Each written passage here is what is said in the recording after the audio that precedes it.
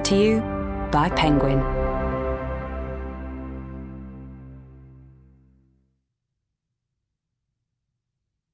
The Best Way to Bury Your Husband by Alexia Casale. Read by Imogen Church, Ambreen Razia, Ayesha Antoine and B. Holland. Chapter 1. Granny's Skillet. One of my earliest memories is Granny making Welsh cakes in a cast-iron skillet.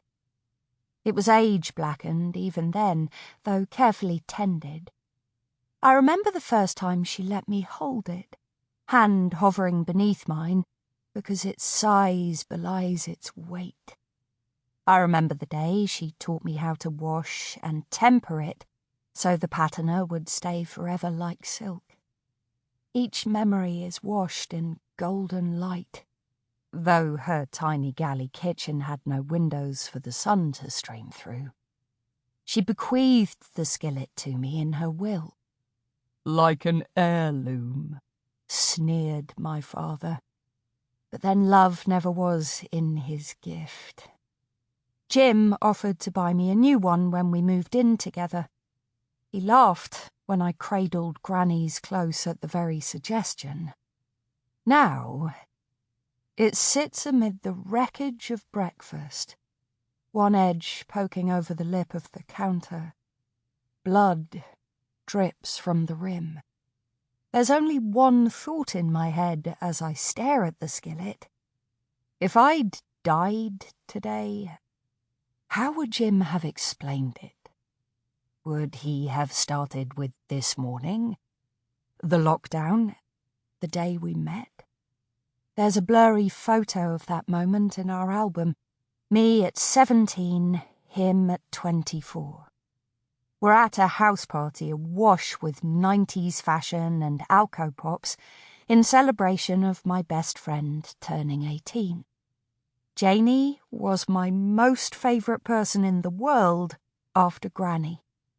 In the previous 5 minutes, I'd comforted a girl crying over a boy band breakup, joking her back to watery laughter, then swung a tottering guy twice my height into an armchair so he could pass out safely, then rescued the whole household from an inferno sparked by 4 drunk teenagers trying to light 18 candles on a small lopsided cake. The fire starters, led by the birthday girl, had been calling for me to come and help, but the crying girl and toppling guy delayed me long enough to arrive just as a candle tipped off the edge of the cake into the nest of napkins set thoughtfully to the side.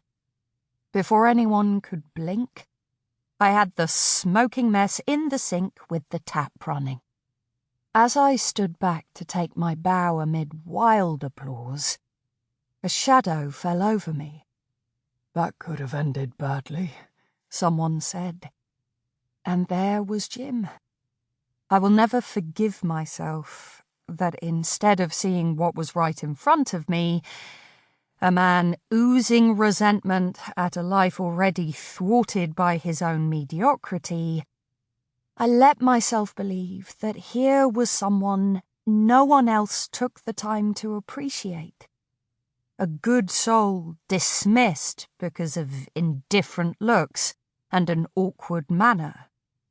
That makes me sound like a silly little fool, but none of what followed would have happened if I hadn't felt so unkind when Jim suddenly slipped an arm around me, pressing in close, and I froze in horror, only to realise that Janie was standing in front of us with her brand-new camera, snapping pictures of the crowd around the cake.